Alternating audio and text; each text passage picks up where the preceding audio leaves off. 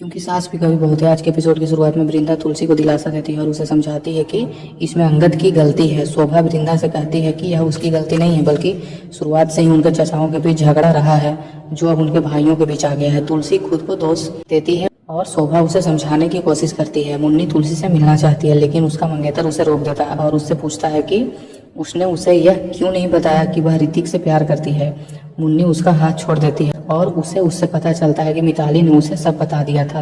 मुन्नी उससे कहती है कि वह उसकी पिछली गलती थी और वह कहती है कि वह उस परिवार को अब भी अपना परिवार मानती है, लेकिन अब वह उसका अतीत है। मुन्नी को सलाह दी जाती है कि वह इस परिवार से दूर रहे और बाकी सब वह संभाल लेगा।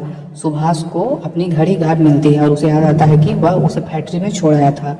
अंगद ऋतिक पर बहुत गुस्सा होता है और रणविजय अंगद से बात करने की कोशिश करता है, लेकिन अंगद उससे बात नहीं करना चाहता। रणविजय अंगद से कहता है कि सारी परेशानी की जिम्मेवार परी है और अंगद रणविजय से चले जाने को कह देता है। रणविजय अंगद से कहता है कि ऋतिक उसके साथ एक खेल खेल रहा था और वह जानता है कि ऋतिक ने उसके साथ कैसे बदतमीजी की थी। अंगद रणविजय से कहता है कि उसे कोई परवाह नहीं है और वह उस पर भरोसा नहीं करना चाहता। अंगद रणविजय से कहता है कि मुद्दे पर आए और उसे बैठने को कहता है। रणविजय अंगद से कहता है कि ऋतिक पर दबाव डाला जा रहा है और ऋतिक बिजनेस संभालने के लायक नहीं है।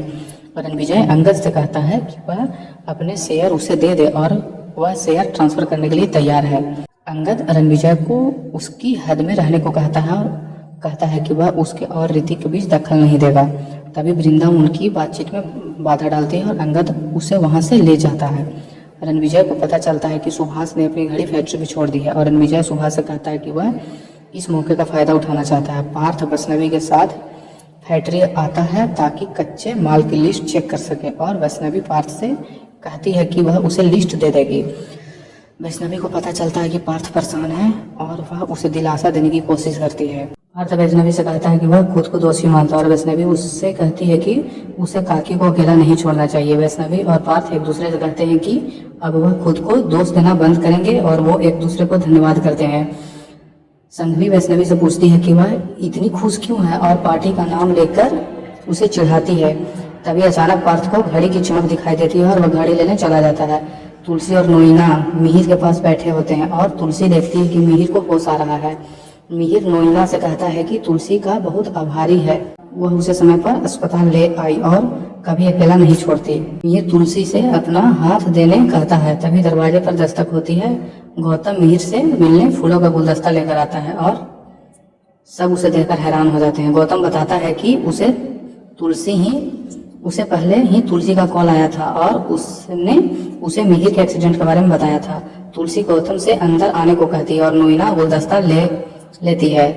नर्स सबको बाहर जाने को कहती है। मिहिर चाहता है कि गौतम वहीं रहे। नर्स तुलसी और नोइना को बाहर जाने को कहती है, लेकिन गौतम को रहने देती है। मिहिर गौतम को अपने पास बैठने को कहता है और गौतम अपने पिता के लिए चिंता दिखाता है। गौतम मिहिर से कहता है कि माँ ने उसे बुलाया है और इसलिए वह यहाँ आया है। गौतम मिहिर से आराम करने को कहकर जाने लगता है। मिहिर गौतम को रोकता है और उसे वापस बुलाता है। मिहिर गौतम से कहता है कि वह बिजनेस और शांति निकेतन संभाल ले। गौतम कहता है कि बहुत देर हो चुकी है, अब उसे कुछ नहीं चाहिए। गौतम मिहिर से उसे माफ करने को कहता है और उसे आराम करने के लिए कहता है। शोभा गौतम के आने पर धन्यवाद करती है और गौतम बताता है कि वह एक केस के सिलसिले में यहाँ था, इसलिए अपने पिता से मिलने का फैसला करता है।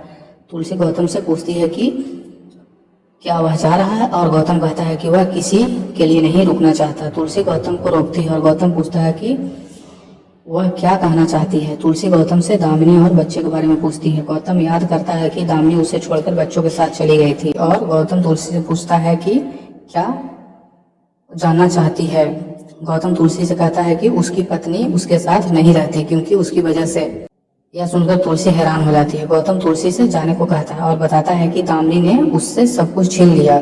गौतम कहता है कि उसका परिवार बेंगलोर में रहता है, लेकिन उसके बिना, और गौतम इसे आम बात बताता है। तुलसी गौतम से कहती है कि वह दामिनी को एक मौका दे और उसे वापस ले आए। गौतम तुलसी से कहता है कि उसे भूल जाए और तुलसी कहती है कि वह उसके बच्चों को नहीं भूल सकती। गौतम तुलसी से कहता है कि उसके शब्दों और आंसुओं का कोई मतलब नहीं है। गौतम कहता है कि उसके पास बहुत काम है, इसलिए वह जा रहा है। तो थैंक यू दोस्तों, बने रहिए मेरे साथ आगे के एपिसोड की जानकारी के लिए।